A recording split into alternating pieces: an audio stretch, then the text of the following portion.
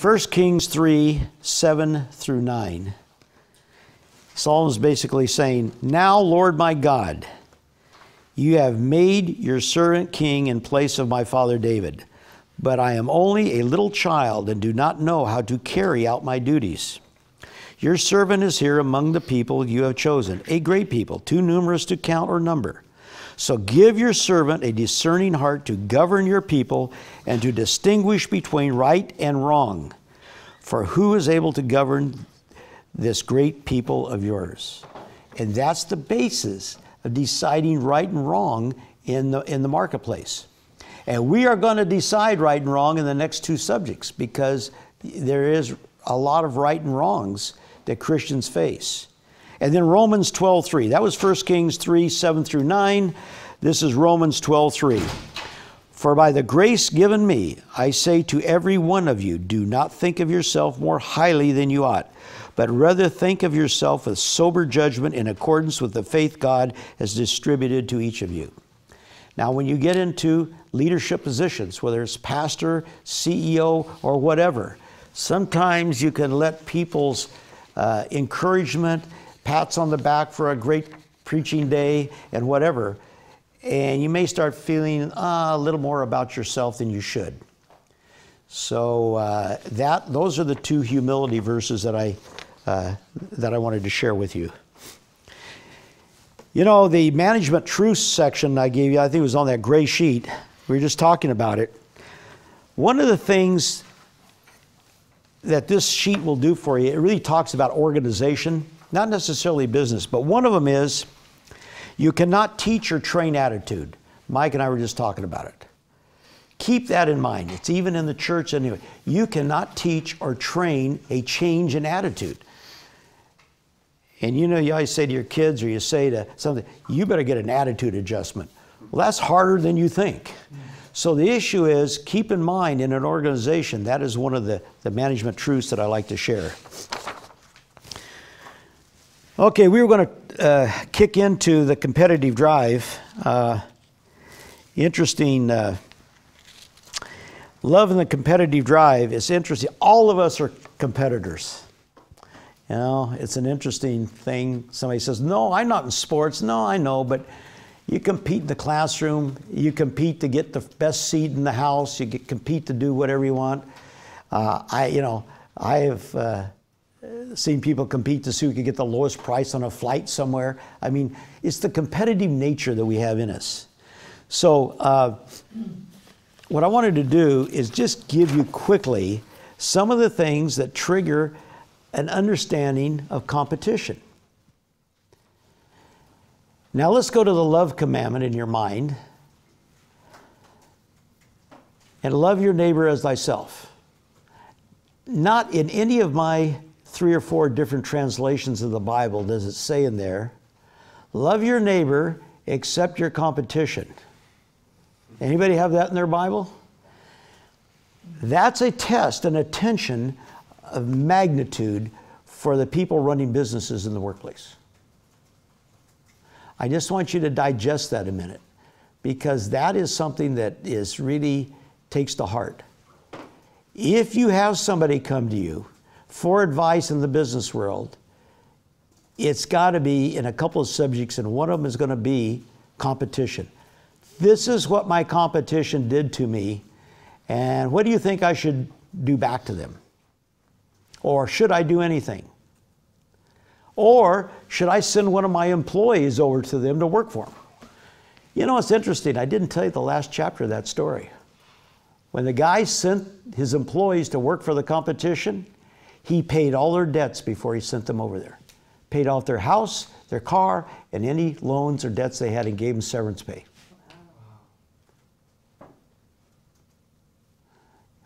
And I asked him why. He said, because that money isn't mine, and that's the way God would want me to treat these people. Well, God wants you to treat competition in a similar fashion. You know, competition can be creative, but in many ways the business culture stirs up an ethic of what? Winner take all. Yeah, it's got to have a winner and a loser. Now, that's our society, but that's competition.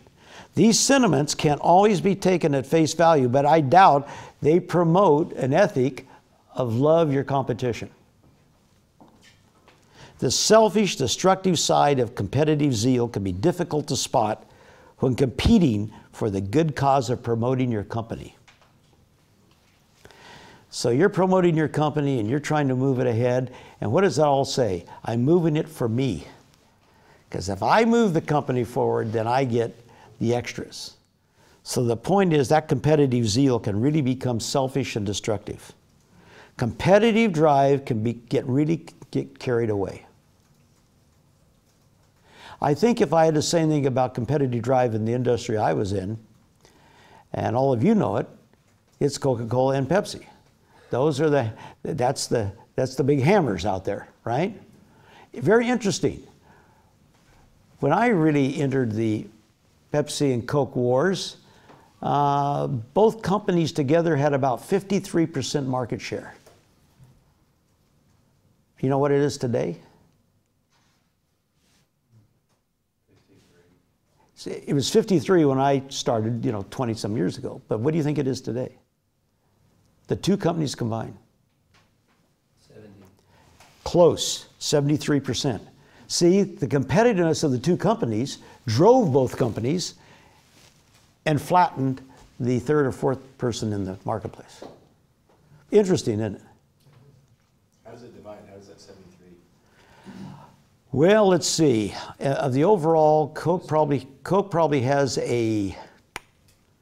I think it's like 46-36 or something like that. That's all products, not just the Coca-Cola, but Diet Coke and all the products you sell.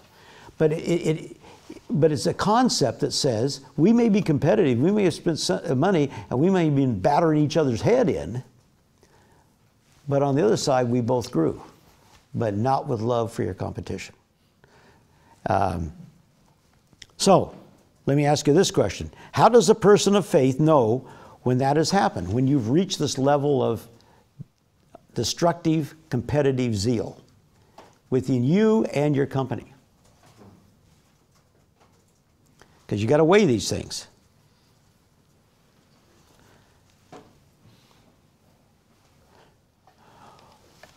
Well, you're going to know it because your heart's going to tell you this. Remember we talked about what Solomon said? Tell me, I want to do what's right and wrong. And you know what's right and wrong. You know our kids know what's right and wrong when they're 6 months old. They know that's what we have to build on. Your heart is being touched by God. No, so God softens your heart and wants you to love it, but keep competitive zeal at the same time. Doesn't want you to be weak, and you've got to drive out there. But when you do all that, it may be right up against today's culture of winner take all. So do you see the tension that the people have in the workplace? They're being demanded every day to grow the company, grow the market share. At the same time, they have to evaluate, is the value system correct the way we're doing it? Mm-hmm. Yes? We had to interview business people for one of our papers, and the guy that I interviewed, when I asked him that question, does he believe that it's okay for Christians to be competitive in the marketplace? He said, there's a difference between competitiveness and ruthlessness. You hit it. That's exactly it. And you know what's right and wrong. Ruthlessness is not right. But being competitive is the right thing to do, because if you're not, your business may go out of business. A lot of people lose their jobs. Wealth creation isn't there. There's a trickle-down effect. So you're right. But you have to know how to gauge that within the competitive nature. And that's not always an easy thing to do. As Michael introduced me, I'm sitting on the board of Hanson's, which is really the Monster Company now. We switched the name, but all of you probably understand the Monster three-fingered drink out there. And that's very difficult because we're competing with a brand from Austria, Red Bull. And there's a different sense of competitiveness in the European market than here. And so you sort of deal it on your own. My theory in running a company was I just sort of wanted to know what competition was doing, but my job to drive the company was to serve the needs of the consumer. You know the difference between a consumer and a customer? I know this isn't a business class, but we'll make it that one. You may need to know that someday. Now, Wanda, you need to know that. What's the difference between a consumer and a customer? I would say a consumer. Why are you putting me on the spot? Oh, because you're when you give good answers. Now think I'm giving it to you because you just experienced it. Where did you go to get your daughter's stuff? Oh, to the grocery store. That's the customer for Coke, right? Mm-hmm. That's the customer that buys the Coke. Vaughn's buys Coke. Mm-hmm.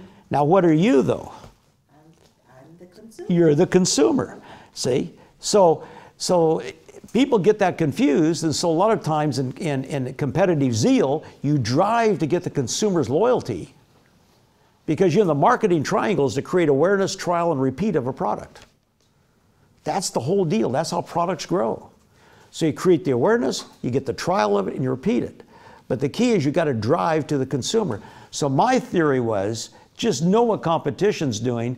Don't get sideways with them, but really drill to the consumer. As an example, Monster, our consumer, is a skateboarder of America. That's who we market to.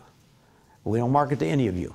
Sorry you don't buy our product, but maybe your kids do.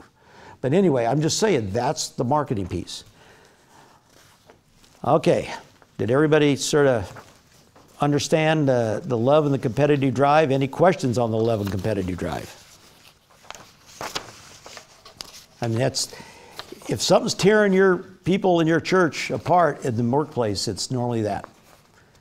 Undercutting the price is one of the most evil things that is out there. We have never worried about price with our products. And that's what you have to drill on. All right, let's get to number one. Number one is the love for God and the pursuit of profit. That is really the destruction agent for Christian people out there. You know, John Coe, an old friend that teaches, anybody have John Coe's classes where you're through? Yeah. John and I have shared things, but he had a great definition about Christians in the workplace. There's two types of Christians in the workplace. A Christian business person is a single-purpose vocation leading to integration. A Christian business person. You got that three in order. Christian business person works 24/7, integrating the faith in what they do in the workplace. As opposed to a person in business that is a Christian. They separate Monday and Sunday. Not all the time, but the general effect is they believe they're a Christian on Sunday, listening to your sermons, and on Monday, there's something else. And they have two vocations. But I thought that was neat. When we talked about it, he sort of turned that thing around, and it says there's a lot of Christians in the marketplace. You just got to determine which side of the fence they are right now and help counsel them and move them along to the other side, if they're in the two vocation. Everybody understands you cannot serve two masters, and where your treasure is, there will your heart be also. Those verses have been, just like on the walls of most Christians in their marketplace walk. So I made some notes on this, so I'm going to try to run through them here. The tension is particularly difficult at a personal and institutional level. It's not just the person, but it's also at the institutional level. You know, the greed thing, the personal value thing, that's just the human nature that comes through in the greed. Prosperity resting on selfish ethic. That is really what goes on in the marketplace today. So, this is the question then. Can one afford to give up this selfishness if he or she wants to gain the power to create a successful business? I mean, can you do it without this drive of selfishness for money, power, prestige? It's really the institution of business with profit versus institutions of faith with poverty. We're getting back to our money and our poverty thing. There's a drive in the business for money, and there's normally a drive in the church to serve the less fortunate. The emphasis in business on money, profit, and success is key in every one of the businesses. However, that's diametrically opposed to the church, who says self-sacrifice, self-denial, and caring are our three value systems. So do you see why there's a disconnect a little bit between the two? So if you're talking to one of your people in the congregation about business, they're thinking, gee, I got to go and do these things to make money and wealth and that. And you're saying, but I'm looking at it from self-sacrifice, self-denial, and caring. The tension for the business person is that responsibility demands ongoing attention to profit. If you don't have an attention to profit, you won't be in business very long. So the business person out there is driven for profit. Forget that drive for profit, and what? Many people will suffer. Either the business will be out of business or you'll lose business. However, think of profit as the only thing, and many people will suffer. And that's the rub that you have to deal with people in the marketplace. Some people cannot tolerate this tension that we're talking about today. And they cop out and say that profit seeking is not a legitimate value in their viewpoint. Well, that's a great Christian approach, but it's not a reality in today's marketplace. So assuming a Christian business person has retained a Christian sensitivity to the poor, which I believe in general that is true, doesn't he or she also need to be concerned about the creation of wealth? How do they help take care of that without a creation of wealth? The Christian business person is sensitive to the customer, but fears, now listen to this, fears not turning an adequate profit and can paralyze them into making the right decisions because they don't want to lose the customer. Basically, risking their own welfare for the sake of doing what's right in the workplace. Did you understand that one? That's really key, because what they're saying is, if they're not making enough money, they get paralyzed in not being able to serve the customer, the Vons. And when that happens to them, they're risking their own welfare, their own job security, for the sake of doing what's right in the marketplace. So that's where that rub comes in. The market demands there be a contract with the public about the use of capital, and that contract is to be profitable. So really in the public, your contract with the public on capital is you got to take it and you've got to make profit. What about the talents? Jesus didn't like the guy that buried the coffee can in the backyard, but he sure liked the one that multiplied the money, right? That's the business. That's what's going on. You know, we're a public company. You know, we got a lot of owners. We got a lot of people with opinions on how we should run the company. But the point is, we've got to make increased profits, increased earnings per share, so our stock will appreciate. Because when it doesn't, it goes down. We have almost 2,000 employees now. Really interesting, when I was in the initiation of bringing that company to life in 1989, we had 8 employees. But do you see what's happened? Almost 2,000 people got jobs and means, and they each created some wealth. And I'm saying wealth is some kind of economic return. And what they do with that, that's between them and God. But the point being is, look what happens when you're able to go out and move in that direction. So love for God and the pursuit of profit is the #1 tension in the marketplace right now. Laura Nash deals with that beautifully. But the real key is, you've got to understand that's what your people are going through every day. And they're trying to make those godly decisions that you talked to them on Sunday about, and they sort of get watered down during the week. And that's the gap. That's the disconnect that's going on. So what are we going to do about it? Well, we're going to talk to you about from God's viewpoint. And I feel a little reserved about talking to pastors about God's viewpoint. But I really believe that these points really give us some kind of solution to this tension. Let me ask this question. You know, remember all the business scandals? Well, we still have them every week, every month. There's business scandals, but everybody remembers Enron and all these kind of business scandals. Do you think the church should share some of that blame? Now, let me rephrase it. When there are business scandals involving Christians, do you think the church should share some of the blame? Huh? You're pastors. What's the deal? No. No? I don't know. No. Hey, that's all right. I mean, you don't have to validate it, but I guess what I'm saying is,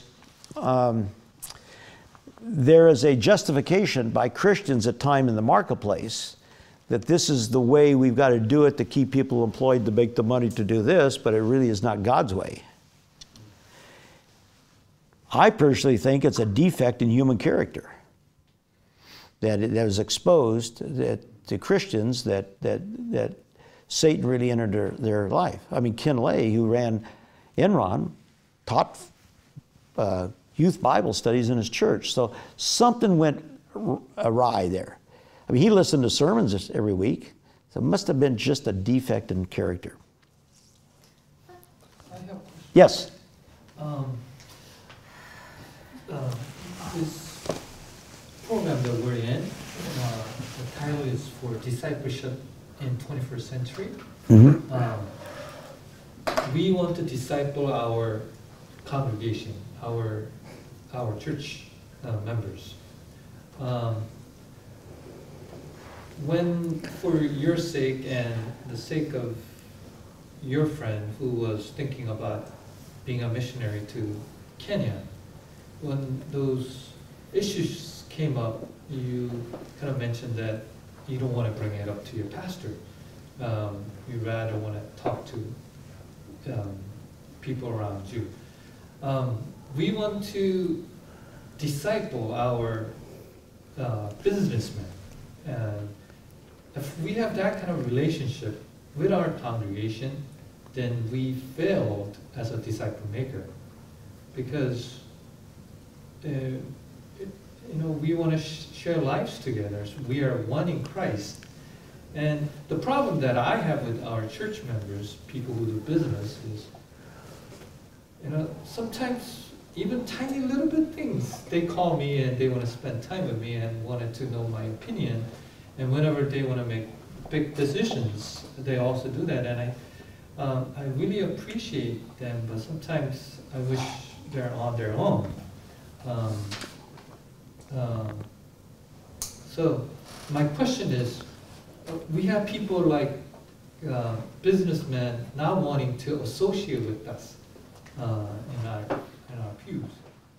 So They want to associate? They don't want to. Yeah. For instance, what you have shared earlier. Yeah. Do you know why is that? We failed as a disciple maker, or even Enron case that you mentioned. Us being a disciple. Well, I will, I could spend probably a long time on this particular subject. I think it's relationship building. And I think the old saying is, they will care when they know really that you care. And when you really care, that means you are showing some real interest in their business. One of the neatest things that a pastor told me down in Palm Springs one time was that he wanted everybody to ask each other on Sunday as you walked up, outside after the deal, how's your ministry doing? So if you're a bus driver for kids, you don't say, hey, how's the kids in your bus? You say, how's your ministry going? And so what they permeated in that ministry. In fact, it'd be a great for you, Michael, with a small church. Everything you do is a ministry. So how's your ministry? Oh, great. I was teaching 5th grade last week. And so the issue being is it's relationship building, and they will really care they will care when they really know you care. And when you start asking really good questions and you sit down with them and develop a relationship, believe me, that's what's going to be the foundation to turning this gap, making it that merge. Isn't it? Sorry. No? businessman, from your point of view, can you trust your pastor as your disciple maker that you look upon to whenever you make a very critical decision? Can you, business-related issue, can you actually talk to your pastor? Well, I can, because I'm very close to my pastor. And the thing about it, he's great because he never gives me an answer. He gives me options. And that's the best thing you can do. You can say, well, to me, there's 3 alternatives to this. Just like we told that fellow there, that's the best way you get that relationship, because then you come back and forth and you'll say, I eliminated 1, but I got 2 more. And that's the way we've always had this relationship. But as far as the profit and loss and spending $60 million for new equipment and that, that's not something I bother the pastor with. Okay? All right. Well, the issues that you got to deal with. Many Christians understand neither business nor the issues facing the church members who work at it. I mean, they don't believe that the pastors really understand the issues in the workplace, and they don't really understand how you're going to deal with it. So that gets back to yours. It's the relationship of letting them know you do have a heart for their business life. And if you ask some of them, they don't believe the church has a real clear theology of business. They have theology on a lot of other things, but not a theology of business. And that's why probably you're in this class here. The church urgently, there's partial solution. The church urgently needs to identify and teach how God sees business and how it can intrinsically further His purposes. So how does God see business? Well, we got, and that Bible's so full of it, but I don't think we do that kind of job. We have adult Sunday school classes, we have this Sunday school, except for Saddleback.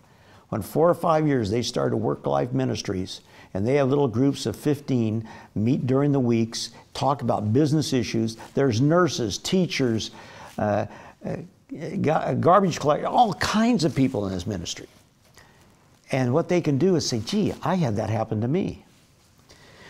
Most business schools, excluding Biola, teach that a corporate manager's primary task is to maximize shareholder value by taking all possible actions within the boundaries of the law. Not doing anything illegal, doing it within the law, which leaves room for unethical behavior within the legal limits. And on your sheet, you'll see I have a little deal there, ethics trumps law. And that's where I want the business people to understand where they can make a difference. I used to have sales guys come to me and say, we did this deal with Albertsons, or we did this deal with Vaughn's, and oh, by the way, it's legal.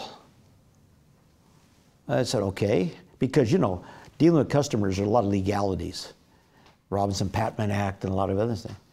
But I said, did we do it with integrity to the other competitors? Or if the HR guy comes to me and said, we've done this for these people. Well, are we dealing with integrity? Are we dealing with integrity with these people? I know it's within the law, but that's a difference of doing it with integrity and ethics. If maximizing shareholder value alone is an inadequate goal, what should a corporate manager who is seeking to glorify God pursue? That's what you want to know. Okay, if that's not something you can do or want to do, what should you pursue? So how do you pursue that? You know how you pursue that, I believe, is from the very start modeling your value convictions. The other thing I had on that paper for you, that values in an organization drive behavior. And if you have any kind of influence in a small department of 3 people, 5 people, 8 people, 10 people, you could influence that because the values of the company. I always tell the students when they go out to interview, look at the mission statement. If that mission statement talks about return to stockholder as one of the values, it can be one of the values, but if it's at the top, and they don't put in their integrity and how they deal with employees and suppliers and customers, I don't think you want to work there. And one student said to me, yeah, but that's $20,000 more a year. I said, yeah, but they're going to get you for that $20,000. They're going to work you. It's an autocratic society that way. Because they're trying to make return to stockholder.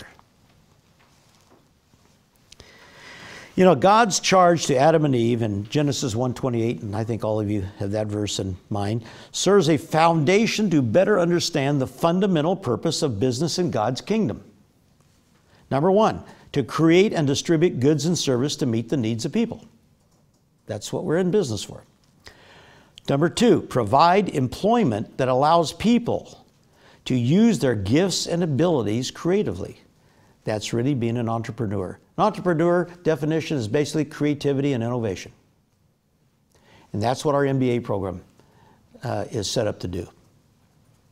Number 3, act as a steward of creation resources for the sake of all people and future generations. We must be in tune with the environment. We must protect the environment. So that is something, and by the way, do you know that that's the number one thing that Christians and non-Christians agree on in the workplace? The other one is, the hiring principles of the company. Other than that, Christians and non-Christians are at each other's throat on what is right and wrong within a business in marketing and sales. But those two, the environment is number one. They both want to protect the environment. Profit, however, is needed to make these objectives real, to create goods and services and correct the environment. But maximizing, listen to this, but maximizing profit and shareholder return ceases to be the overriding concern. That cannot be the overriding concern in a business. When the shareholder is king, the legitimate needs of the customers and the fair treatment of employees are valued only as they contribute to the bottom line. Some of you may know people in your church that are working for an organization like that. And you may work for an organization like that. Not a church, but I'm saying through your work life. But to contribute to the bottom line is all that an autocratic, set up, profit-driven company does. In the biblical model, the legitimate needs of the customers, employees, and creation become the company's paramount objectives. And when you study Chick-fil-A and a few others, very interesting. That's the way they treat people. That's the way they treat resources. And they're a great model. Profit must be sufficient to permit a business to attract the capital it needs to achieve its objectives. So if you're not profitable, banks won't loan you the money to invest in the equipment, to drive your company, to reduce the price, and increase your productivity. So you have to have enough profit to drive capital into your business. But profit is not the only goal of business. Profit is a necessary means to accomplish the objectives, the means to the ends. What is the ultimate authority in the marketplace? Focus on what legitimate needs can best be met with the company's resources. So with our resources, what can we do in a legitimate way to make our community better? Which does not necessarily result in the greatest return on investment. So sometimes you're fighting the return on investment in the company, but you actually are putting it into a more legitimate path. Business needs to guard against the tendency to seek material gain at the expense of others. And that is one of the Achilles heels out there right now. It's the pie. If we take it from them, we have more, they have less. But the tendency to seek material gain is really a battle. Specifically, businesses must not, sort of this must not thing, treat people in a manner inconsistent with human dignity, fail to pay just compensation, require employees to work in unreasonably dangerous conditions, engage in practices that threaten the long-term sustainability of the created order, mislead people, and finally disrupt God's intended rhythm of rest and work. And that's what's going on right now in the workplace. Rest and work are really being put on the back burner to give the company 2 or 3 more hours a week or a day to make those objectives. So let's talk about the redemption. The redemption of life in Christ and the transforming presence of the Holy Spirit are the unique gifts Christians bring to business. I'll say it again. The redemption of the life of Christ and the transforming presence of the Holy Spirit are the unique gifts Christians bring to business. The cross reminds those in business that as they participate in the coming of God's kingdom through their work, invariably they'll come into conflict with the dominant culture. So the more you practice your values and your Christian thought and you're going to come into battle with the dominant culture. On occasion, managing a business to further God's agenda may require making further choices that hurt the company's bottom line. Like, let's say you got to protect the environment. It's going to cost you a lot of money. Employees are paid a livable wage.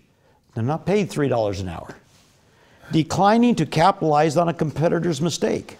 A lot of times competition makes a terrible mistake, and you can really capitalize on it. But should you?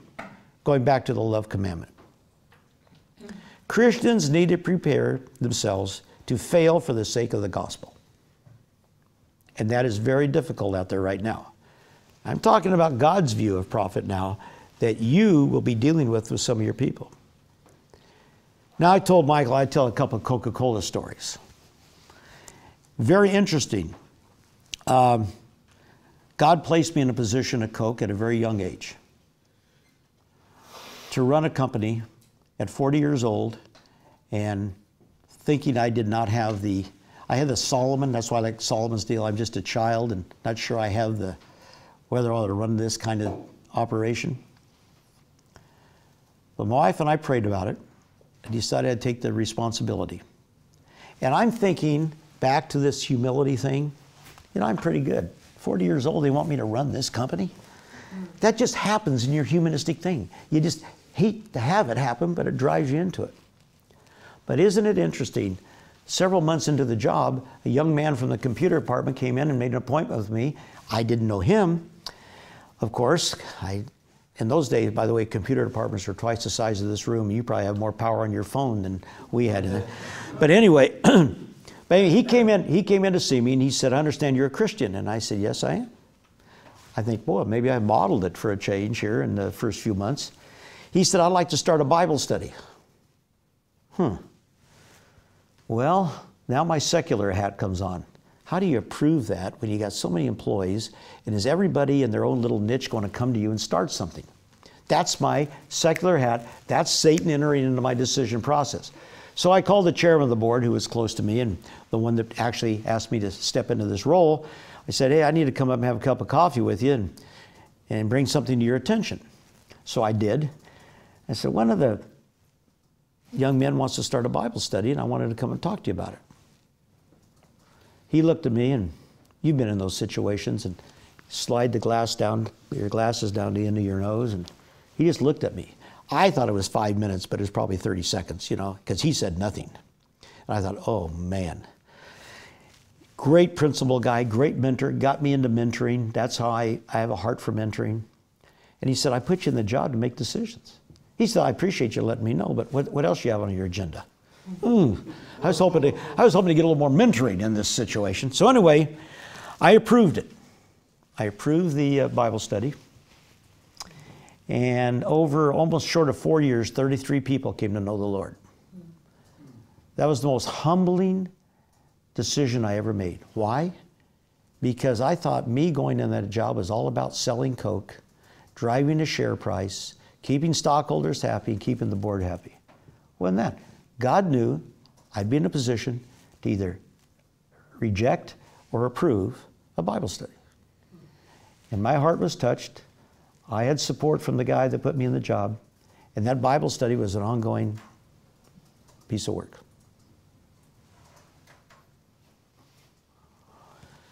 So in tandem to this, the Coca-Cola company in Atlanta, Georgia, large, of course, operation, had a young man down in what I call about the 5th or 6th level in the organization in marketing. Neat Christian young man. I talked to him several times. Probably had 5 people working for him. The reason I'm telling you this story, because the sphere of influence that he had.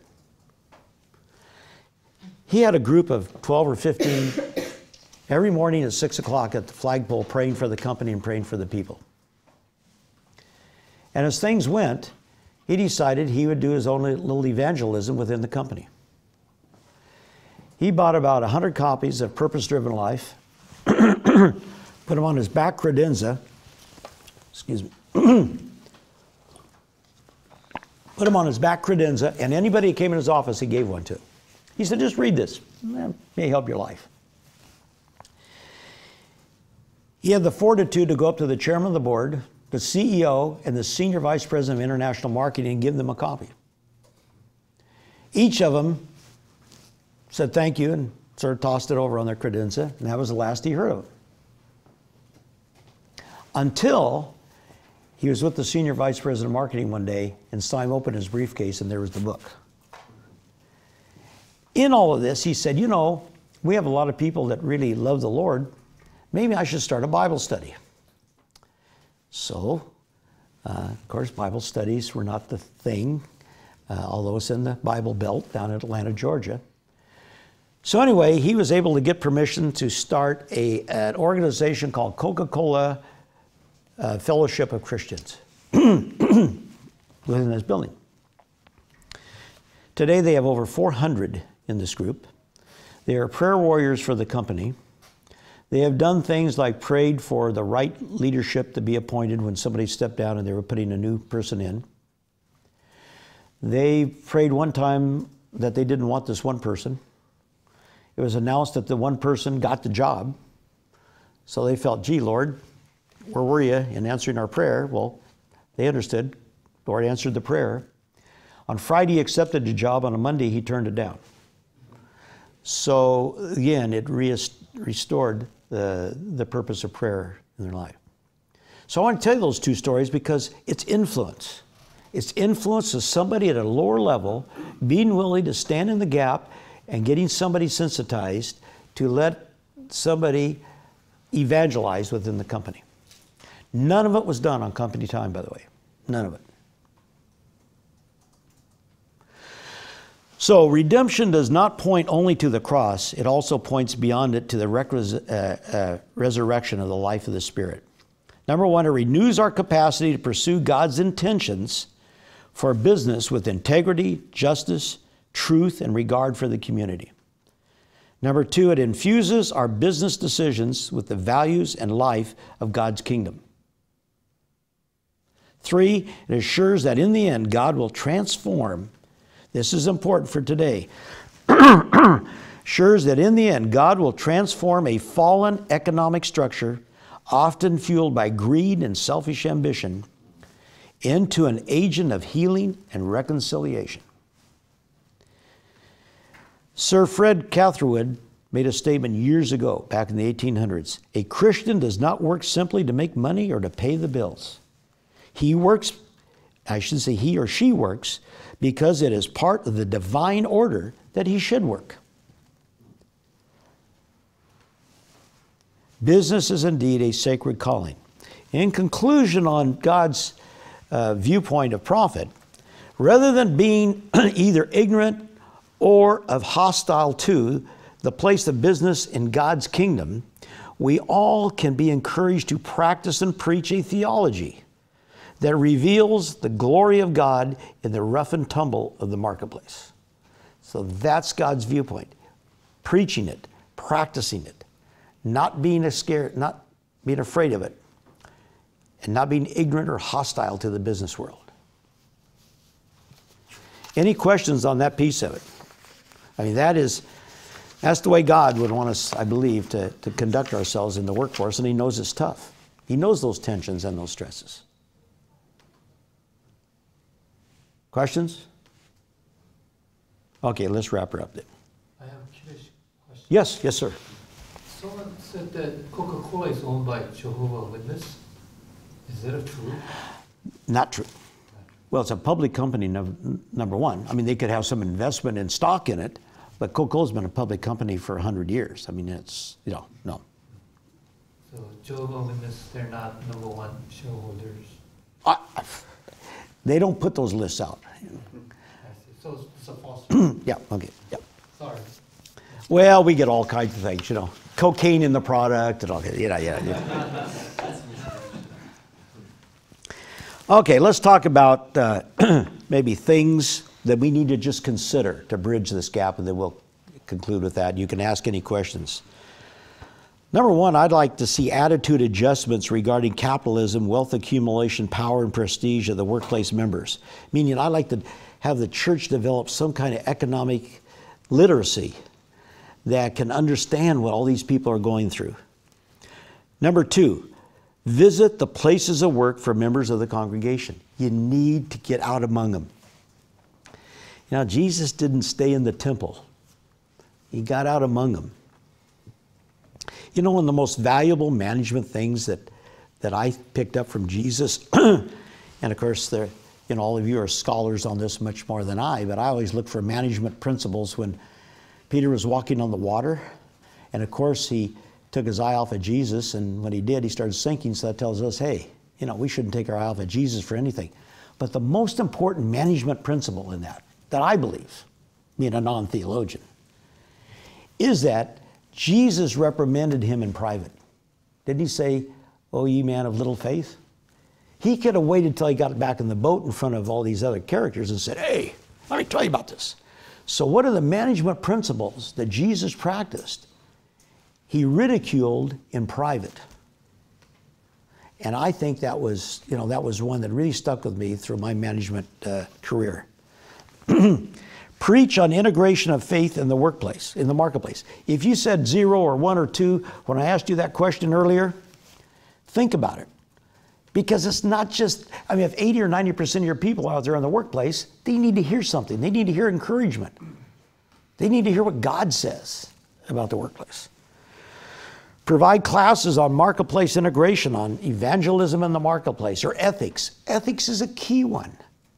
Don't allow your people in the congregation to develop their own ethics.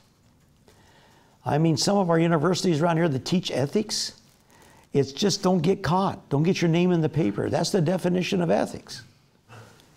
Scott Raven, not like that. Develop and educate the congregation on theology of business. Counteract biblical illiteracy with regard to business. That's your position. That's your job. Counteract that biblical illiteracy that the people have in the marketplace. Reach out to business persons for accountability for the management of the church finances. If you get to know your people, you can put a little group together and say, boy, you could really help us. We may want to buy some property behind the church, or we may want to redo a lease. There's really some people there, and you probably are doing this. I'm just saying these are things that would help bond. And also commission the congregation that you have out there into the marketplace. What's wrong in February of bringing the construction guys, have them stand and pray over them for going back in the market? What about the CPAs in March that have the most tension in their life is the next 30 days? And I'm sure you do something with teachers. But as you pick up business people, what about nurses, doctors? Each month it would be sort of neat to give that kind of commission to them, because they are in, and we said, the marketplace is a mission field. How about interviewing once a month somebody from your congregation as a business person for 3 or 4 minutes? Hey, how was your week? What do you do? How do you integrate Christ into your life and business? What are some of the things that challenged you this week? People would love to hear those interviews, and you're letting them express how they deal with Jesus in the workplace. Understand God's calling for each one in the congregation, particularly in today's culture. Some get a little more of a challenge, so you got to understand their calling. Because it's widely viewed that secular work is less Christian than full-time ministry. And you're going to have to go through that bridge a little bit with them, because they think of they're second-class citizens. I think if you gave them a Q&A and said, I don't want to see your answers, just like I didn't want to see your answers, I think some of these would really strike a bond. And my final one is to initiate a church mentor program. Now, this is not a coaching program. Coaching is, if I went to Wanda and said, Wanda, teach me how to do something on the computer. Once I learned it, her coaching really ended with me. And you can coach and mentor. Mentor is sort of a longer lasting thing. You're getting into the inner workings of the person, not just the external needs.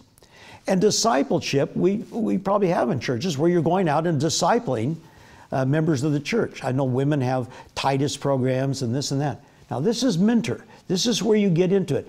In the MBA program, we have balance of life mentoring, because we have an average age of 33 years old in our MBA program.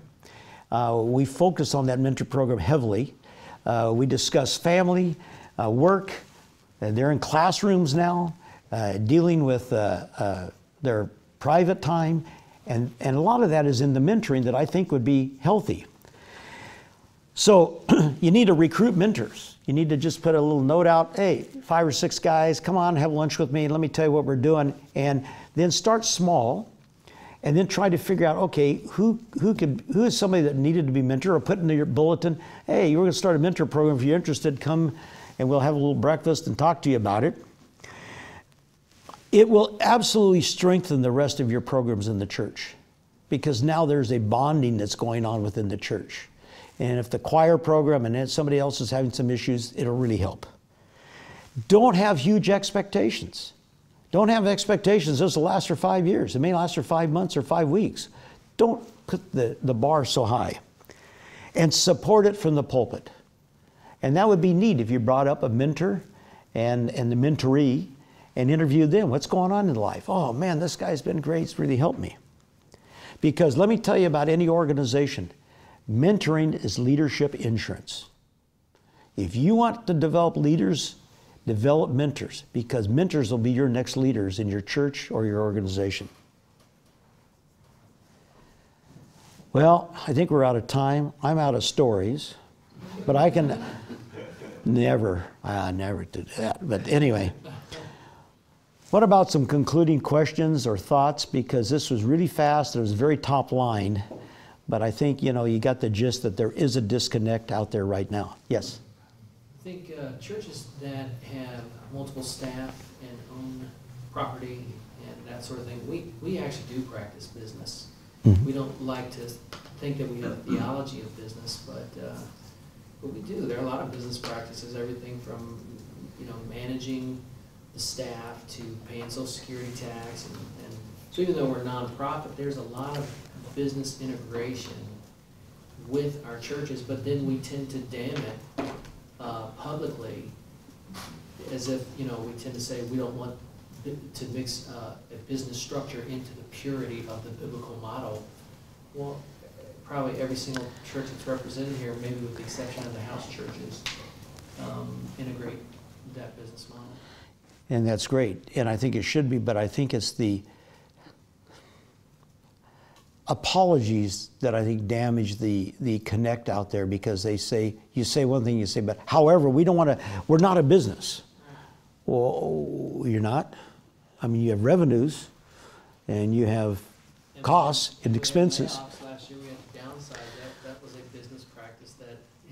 Well, and you have to proceed within the state laws for HR. I mean, there's so that's. I'm not saying. I want everybody to understand. What we covered today, I'm not challenging each one of you. I think it's healthy that we talk about it, but I just want, if anything struck something that says, ooh, maybe we could utilize and feather up and talk from the pulpit.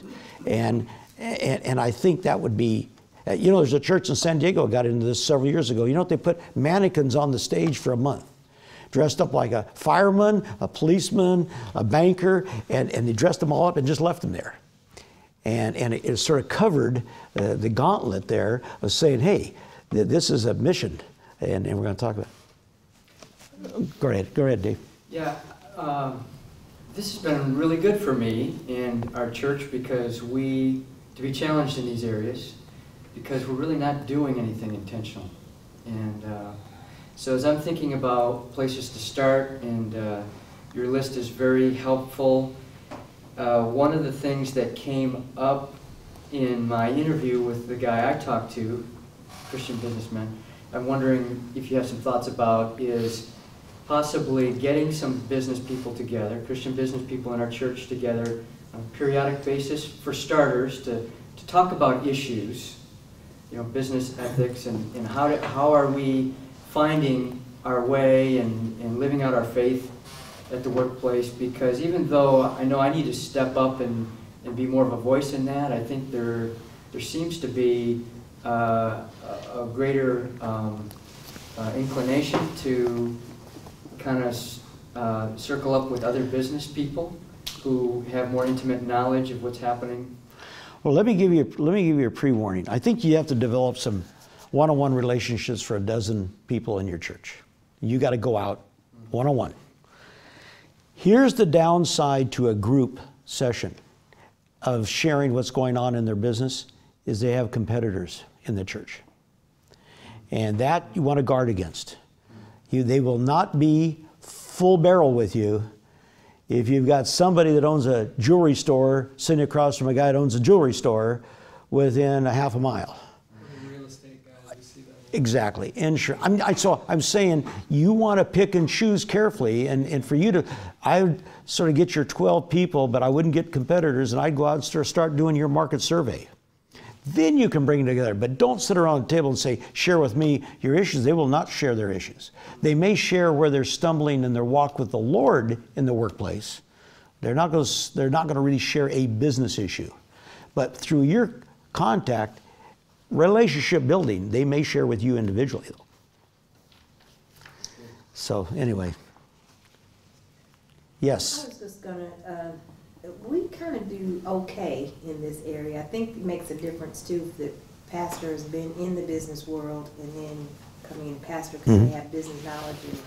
Oh, he's one of those guys that left he left that for full, okay, we know that. But one of the things I just want to add that we do too, and this might be more for business owners and entrepreneurs, but we bless businesses. So for our members that start businesses or whatever, my husband will go and we'll bless their place of business. Wonderful. And then we have a business center where anybody who wants to network can be a part of that business center. So our members are aware of who's in business. So those are for owners, business owners, but we probably need to do more in terms of, you know, the regular day-to-day employees. That's exactly right. Remember that sphere of influence. Right. Sorry, Michael. One more story, because I'll tell you what happened in a church and one of our mentors out in Westlake Village. And all these layoffs that happened 2 or 3 years ago, and the church was, the pastoral staff wasn't understanding the tensions that were going on. Well, he and another guy got together, and they put a binder together this thick of series of 12 classes on unemployment and what you need to do and what God says about it. It's the most wonderful study I've ever seen. He told me, I think, the end of November of last year, 1,000 people have taken that course. Now, that shocked the pastors that they had 1,000 people that were out of work and unhappy. See, so you got to talk to the people, and that's what that he and another guy did. And then they not only found out, they took the action and took a few months and wrote this whole program. And of course, they refined it since then. But you see what's going on out there. So anyway, Wanda, that's a good message you gave about going out and blessing them. But the other thing is you got to really know what's going on in their life. Biola University offers a variety of biblically centered degree programs, ranging from business to ministry to the arts and sciences. Visit biola.edu to find out how Biola could make a difference in your life.